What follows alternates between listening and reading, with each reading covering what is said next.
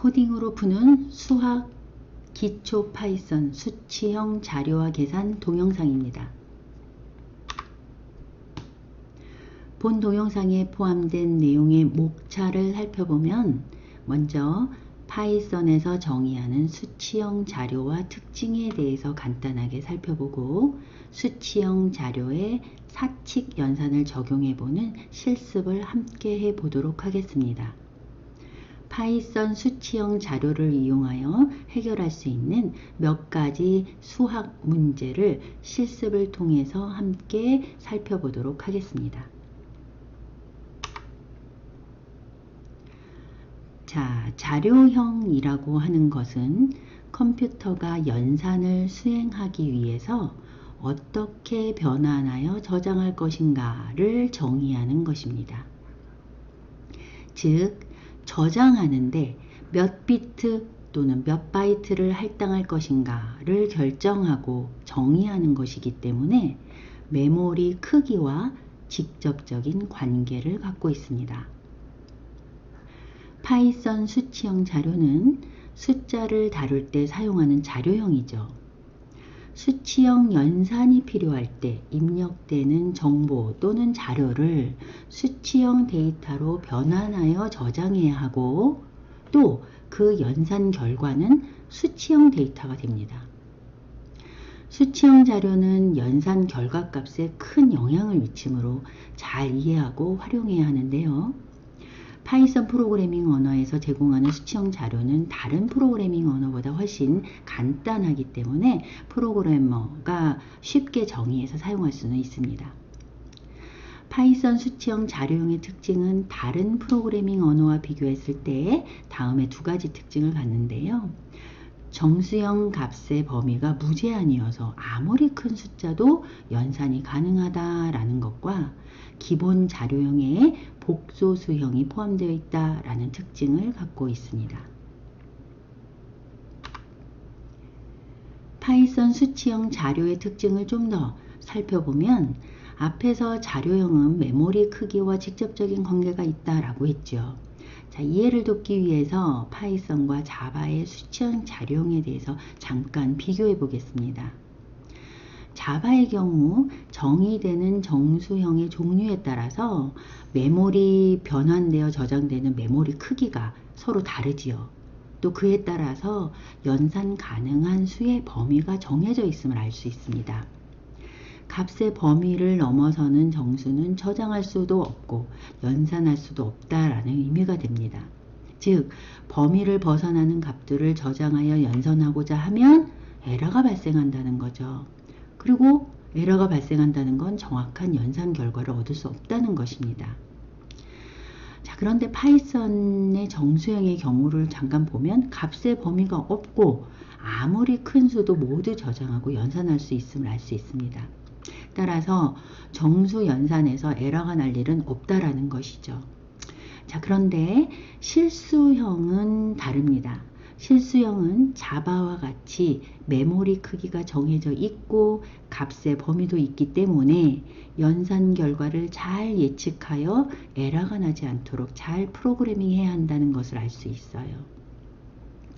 마지막으로 자바에서는 기본 수치형 자료에는 정수와 실수만 있는 반면에 파이썬에서는 복소수형을 기본으로 정의할 수 있음을 알 수 있습니다. 자, 그럼 하나씩 살펴보도록 하겠습니다. 먼저 int 명령어로 정의되는 정수형을 살펴보도록 하겠습니다. 파이썬에서 정수형은요, 정수값을 나타내죠. 정수형 데이터 연산을 위해서 저장하는 방식입니다. 크기가 제한이 없고 매우 큰 정수도 표현이 가능하다라고 하는데요. 자, 요거를 좀 이해하기 쉽도록 간단하게 설명을 드리도록 하겠습니다. 그러면 파이썬에서는 도대체 어떤 방식을 이용하기 때문에 크기 제한이 없나? 그럼 파이썬에서는 아무리 큰 정수도 다 0101 이진으로 변환해서 저장할 수 있다라는 의미가 됩니다. 자, 크기 제한이 없다라는 것은요, 정수 오버플로우를 극복했다라고 이제 표현할 수가 있는데요. 정수 오버플로우라는 것은 간단하게 설명드리면 앞에서 정수를 저장할 때 비트 수가 정해져 있다고 했죠. 자, 그러면 비트 수가 정해져 있다라는 것은 이 비트 수를 넘어가는 수는 변환되어 저장되어 질 수가 없다라는 의미입니다. 또한 이 비트 수에서 표현할 수 있는 가장 큰 수에 더하기 1만 하더라도 우리는 이 비트 수에는 저장할 수가 없기 때문에 연산 결과가 정확하지 않다라는 거죠. 즉 8비트로 표현할 수 있는 정수의 크기가 더하기 1을 하면 거기보다 하나 큰 자릿수가 필요하기 때문에 그 정확한 더하기 1도 할 수가 없다는 거예요. 이걸 우리는 오버플로우라고 이제 얘기를 합니다. 넘어갔죠. 자릿수를 넘어갔죠. 자, 그러면 파이썬은 어떻게 하길래 정수 오버플로우를 극복했나 라고 이제 한번 살펴볼 필요가 있다는 거예요. 파이썬은요, 여러 가지 저장하는 특징을 갖고 있습니다. 첫 번째 특징이 a라는 변수에 3이라는 값을 저장을 하면 3이라는 숫자를 정수로 변환을 하게 되는데, 변환해서 저장을 하는데, 이때 a라는 변수 옆에다가 3이라는 정수 값을 변환해서 저장하는 비트 수가 이어져 있지가 않고 a라는 변수에는 3이라는 실제 데이터가 변환돼서 저장되어 있는 그 주소값, 위치값을 갖고 있다는 거예요. 그래서 할당하다, 가리키고 있다, 이렇게 얘기를 합니다. 그렇기 때문에 a라는 변수 옆에 있는 공간이 데이터 공간이 아니라 주소 공간이기 때문에 실제 데이터는 다른 공간에 저장이 되어 있기 때문에 그 비트 수의 실질적인 영향을 받지 않는다. 자, 이렇게 표현을 할 수가 있어요. 이게 첫 번째 특징이고요. 자, 두 번째 특징은 어떠한 수를 직접적으로 이진으로 바꾸는 것이 아니라 아무리 큰 수도 어떤 값으로 바꾸냐면 진수 변환을 합니다. 진수 변환을 한다는 건 기본적으로 비트수, 자릿수의 변화를 갖게 된다라는 의미인데요.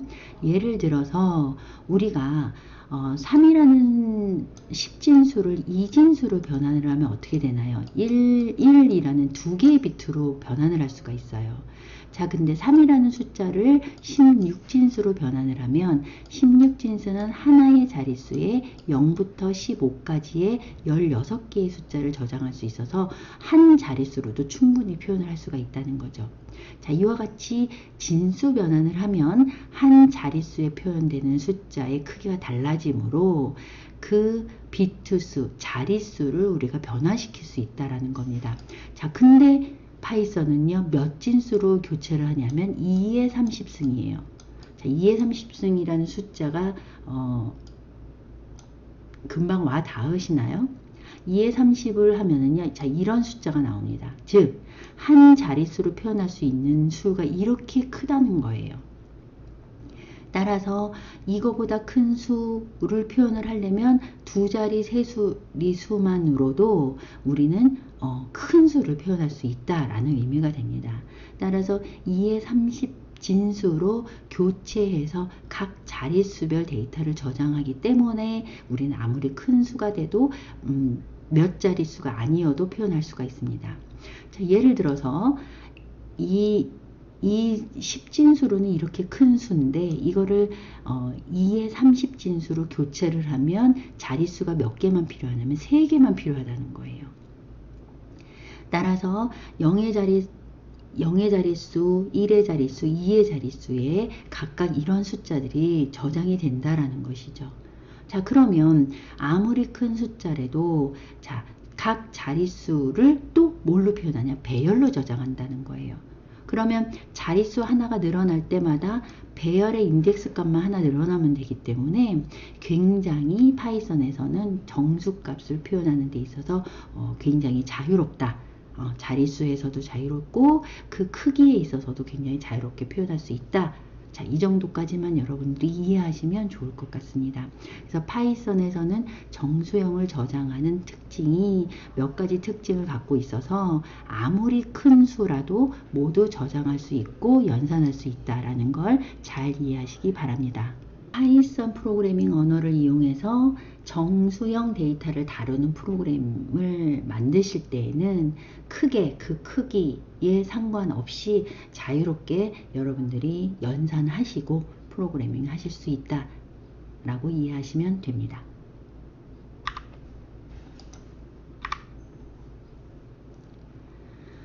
자, 다음은요, 플롯으로 정의되는 실수형 살펴보겠습니다. 파이썬의 플롯형은요, 소수점이 있는 실수입니다. 플롯은 부동소수점의 약자로 부동소수점 방식으로 소수점을 저장한다는 의미입니다. 모든 프로그래밍 언어에서 소수점 저장하는 방식은요, IEEE 7554 국제표준에 따른 부동소수점 방식으로 표현합니다. 부동소수점 방식은 소수를 정수로 된 수요 숫자와 정수로 된 지수의 곱으로 표현하는 것입니다. 실제 파이썬에서는 소수를 부동소수점 방식으로 표현한 방법을 제공하는데요. 유효 숫자 이지수형으로 표현할 수도 있습니다. 다음에 예를 보면 123.456은 부동소수점 방식으로 표현하면 123456이라는 정수와 곱하기 10의 마이너스 3승으로 표현할 수 있고요. 파이썬에서는 이것을 123456 마이너스 3으로 표현할 수 있습니다. 하지만 자, 부동소수점 저장 방식은 기본적으로 에러를, 그러니까 문제를 갖고 있는데요.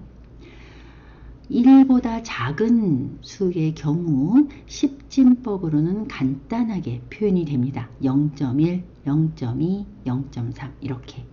자, 그런데 이것을 2진법으로 표현할 때 무한 개의 유효 숫자를 가질 수가 있게 됩니다. 즉, 대부분의 10진 소수는 정확하게 2진 소수로 표현할 수 없다라는 의미이고요.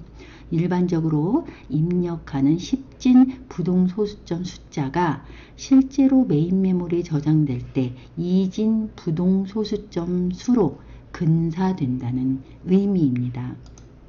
특정 소수점 이하는 생략하고 근사값으로 출력하게 되고, 자, 이때 플롯형을 포함한 프로그래밍을 하실 때는 실제 소수점 몇 자릿수까지 표현할지 잘 정의하셔서 프로그래밍 하셔야 전체적인 오차를 많이 줄일 수가 있다는 걸 잘 이해하시고 플롯형을 사용하셔야 합니다.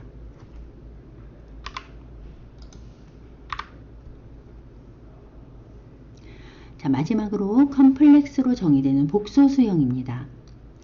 파이썬에서는 실수와 허수를 표현할 수 있는 수치형으로 복소수형을 제공합니다.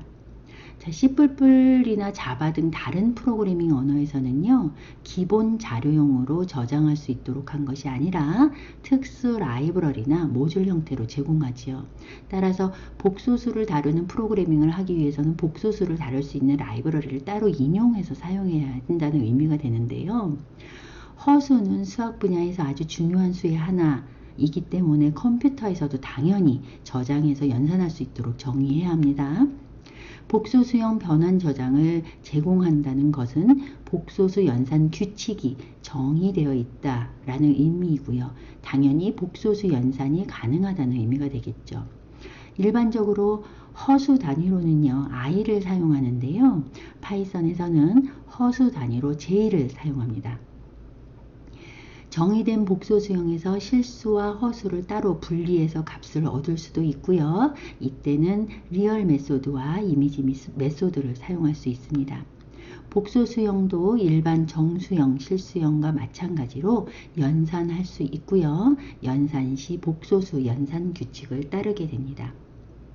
실제 복소수형을 표현할 때는요, 숫자, 그 다음에 더하기 기호를 사용하는데, 이때 더하기 기호는 더하기 연산을 하는 것이 아니라 복소수형을 표현하는 기호로 사용이 됩니다.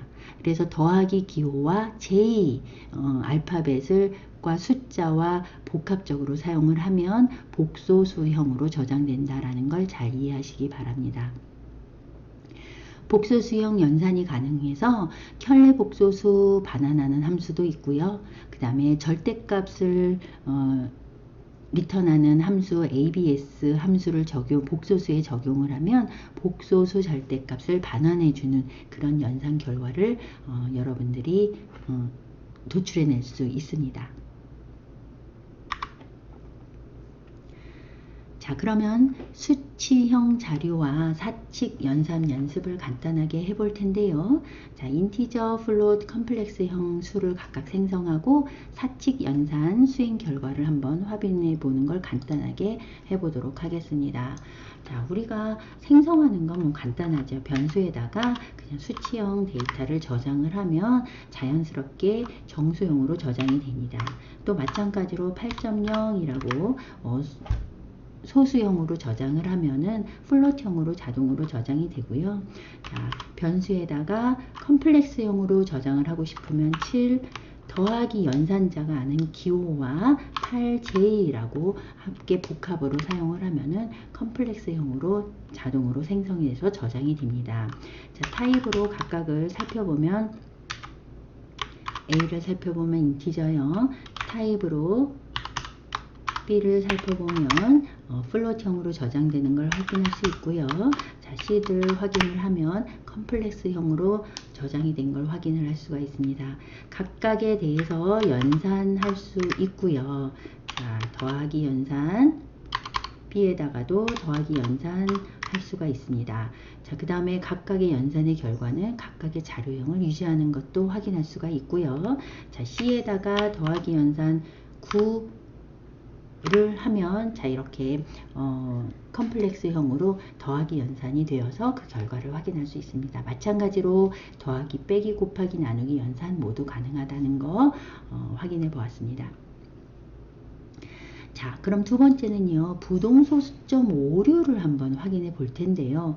0.1 곱하기 3의 연산 결과를 한번 확인해 보자 라고 돼 있어요.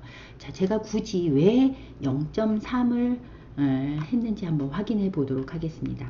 자, 0.1 곱하기 3을 하면은요, 우리는 어떻게 예상을 하나요? 0.3이 나올 거라고 우리는 예상하는데 이 연산 결과는 0.3이 아니라 0.3, 0000004가 나오는 걸 알 수 있어요. 오차가 발생하는 걸 확인할 수 있습니다. 즉 0.3은요. 10진수로 0.3을 우리가 넣으면 그냥 0.3이 나오는데 실제 0.3을 2진으로 바꾸면 뚝 떨어진 0.3이 안 된다는 의미예요.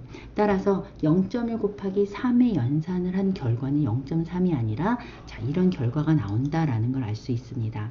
자, 그러면 우리는 이런 결과로 뭘 알 수냐가 있냐면 0.1 곱하기 3은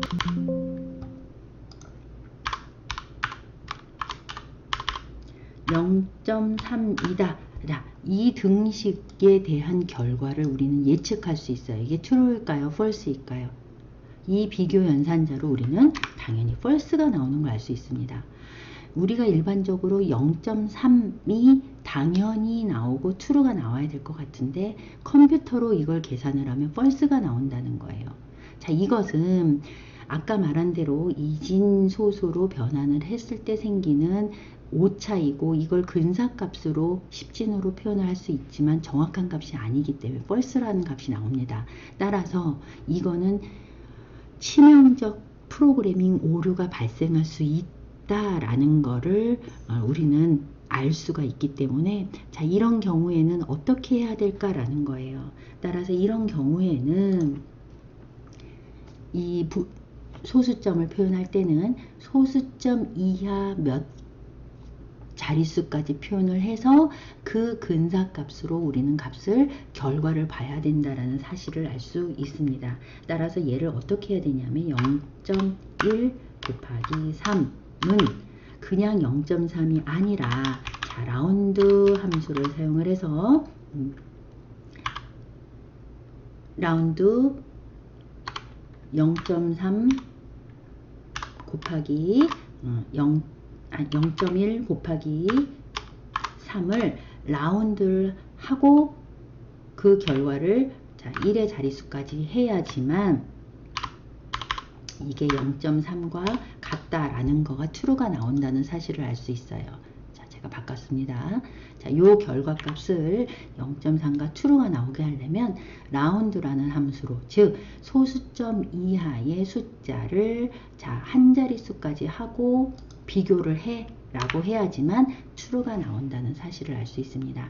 따라서 우리가 플롯형을 사용하실 적에는 소수점 이하 자릿수를 명확하게 해줘야지만 우리가 어떤 프로그램의 결과값을 잘 도출해낼 수 있다는 걸 잘 이해하시기 바랍니다. 자, 그러면 교수님 우리가 할 때 0.3만 그런가요? 0.2는 아닙니다. 0.1 곱하기 2는 0.2다 라고 하면 true가 나옵니다. 자, 그럼 어떤 값들이 실질적으로 이런 오차 값을 나타내는지를 한번 궁금하니까 살펴볼 필요가 있겠죠. 자, 그러면 어떤 값들이 있나 한번 살펴보기 위해서 한번 포문으로 한번 해보도록 하겠습니다. for i 레인지 한 100까지만 100번만 한번 돌려보죠. 100번만 돌려보는데 어떻게 할 거냐면 하나씩 한번 증가시켜 보도록 하겠습니다. 토탈에다가 뭐 0.1씩만 더해 보도록 하겠습니다. 제가 값을 한번 어떤 그 소수점들이 문제가 있는지 한번 보기 위해서 더하기 연산을 시켰고요. 그 결과값들이 실제 어떻게 나오는지를 한번 보도록 하겠습니다. 그럼 토탈을 한번 한마씩 증가시킬 때마다 한번 프린트로 한번 찍어보자는 거죠. 자, 찍어보면 그 결과가 어떻게 나오는지 확인할 수 있습니다. 자, 보시면 0.1씩 증가시켜서 제가 100번을 한번 돌려봤더니 하나씩 증가하면서 그 수가 정확하게 이진으로 바뀌는 값과 근사값으로 바뀌는 정확하게 바뀌지 않는 값들이 이렇게 도출해 나오는 걸 볼 수가 있습니다.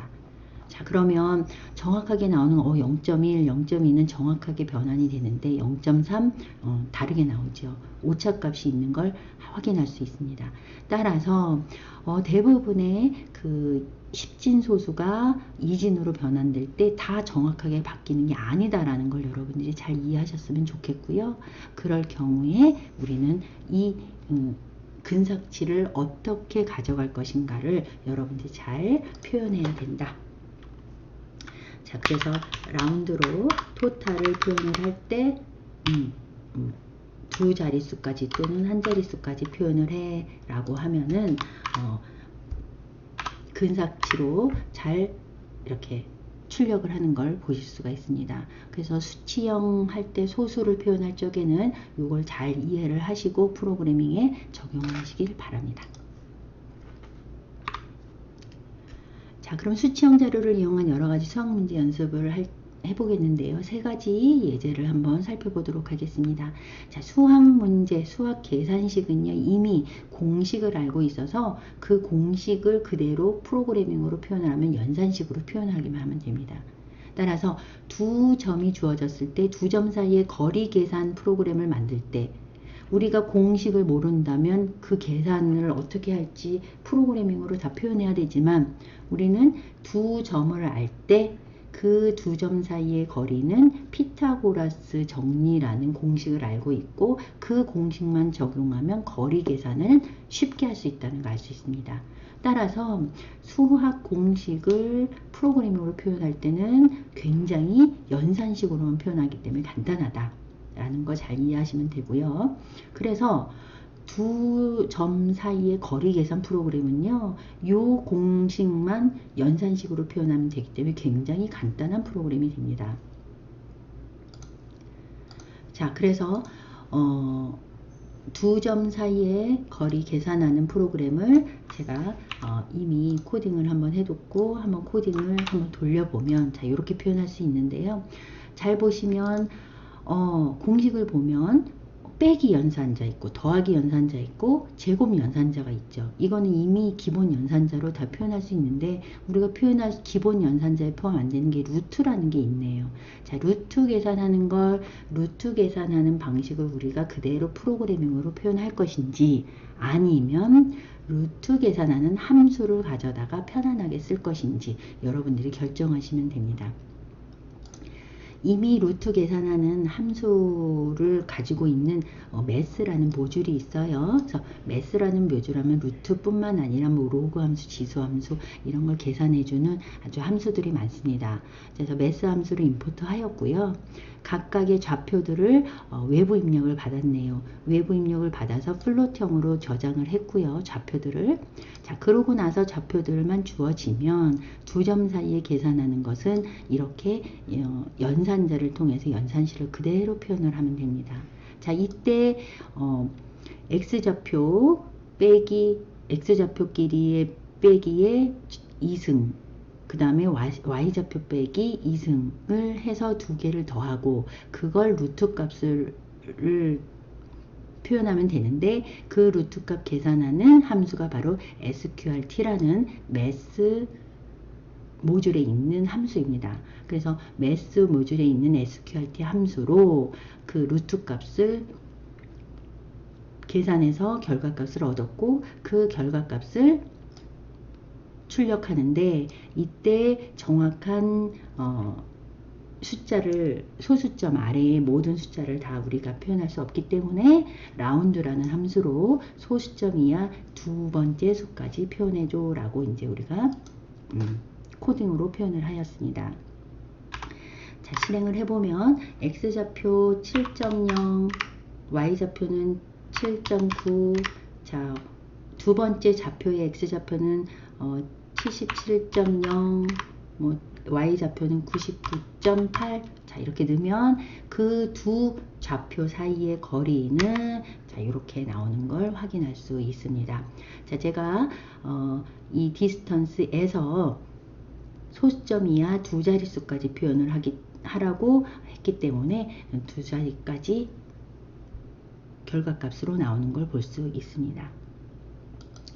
자, 두 번째 프로그램은요, 삼각형 넓이 계산이에요. 당연히 삼각형 넓이를 계산하는 공식을 우리는 알고 있습니다. 밑변 곱하기 높이 나누기 2 라는 공식을 알고 있고 이 공식을 알고 있다면 당연히 프로그램도 쉽게 표현할 수 있겠죠.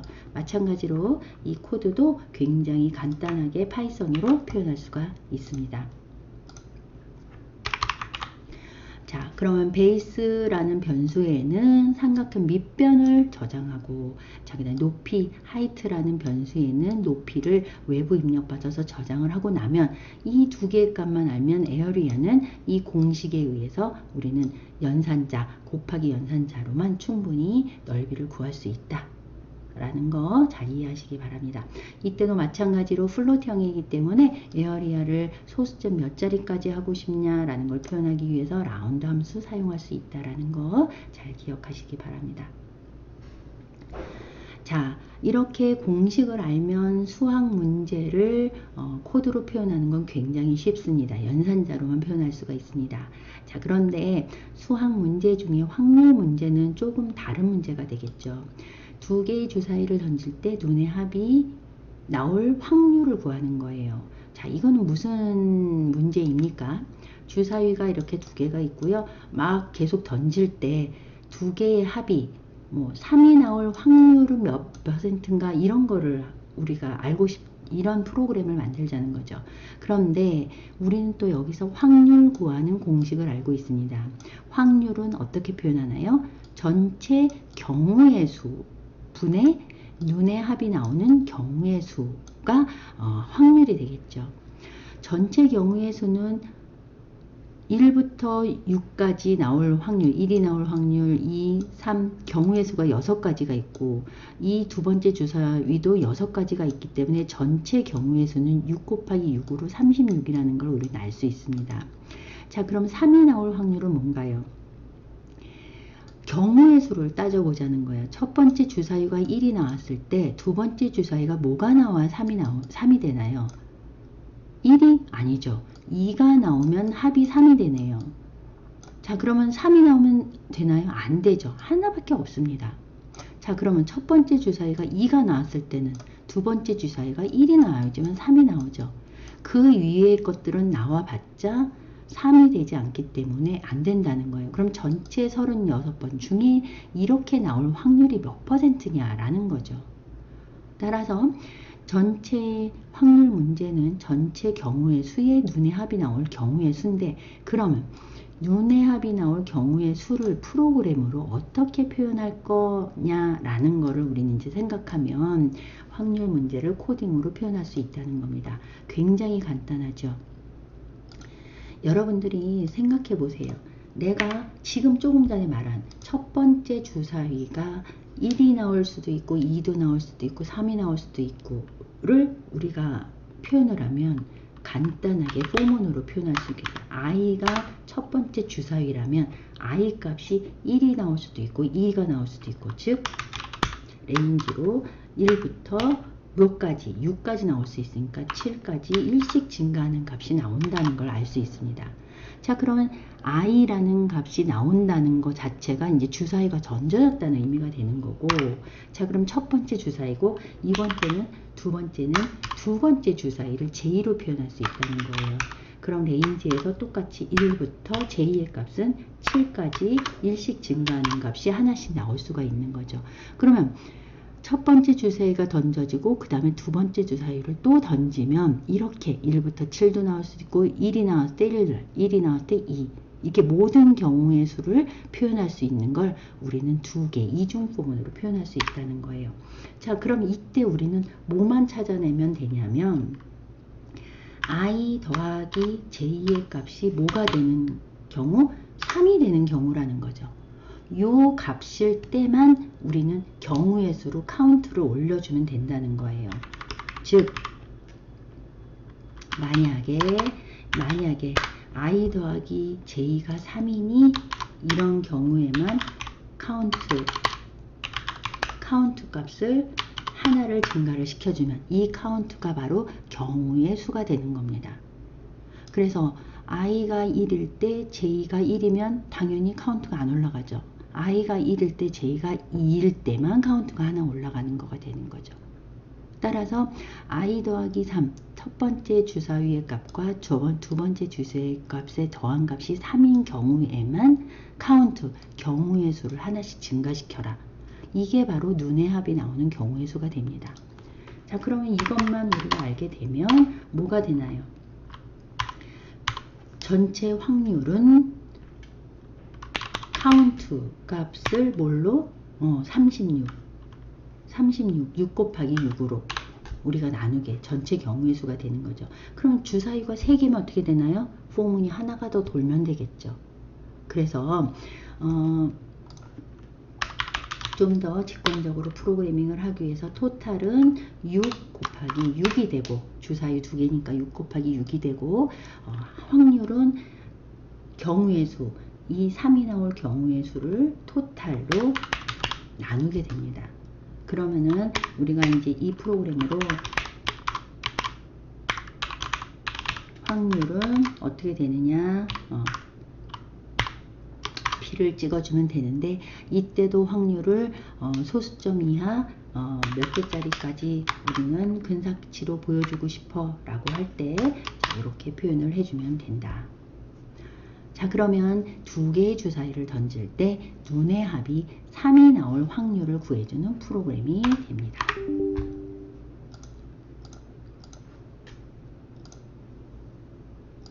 인이 빠졌네요. 죄송합니다.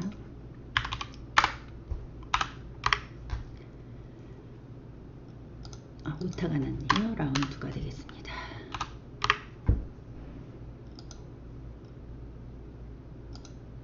여기서 카운트가 지금 초기화가 되어 있지 않아서 초기화 에러가 났네요.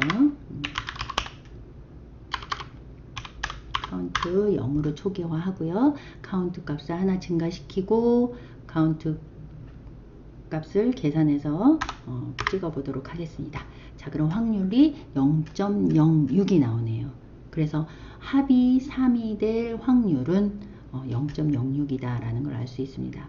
자, 이 프로그램을 잠깐만 손을 대면은 확률이 더하기 3이 되는 경우가 아니라 내가 뭐 7이 되는 경우는 그럼 확률은 몇이지? 이렇게 좀 자유롭게 바꾸고 싶다면 얘를 변수화해서 여러분들이 충분히 프로그램을 다양하게 코딩할 수 있습니다.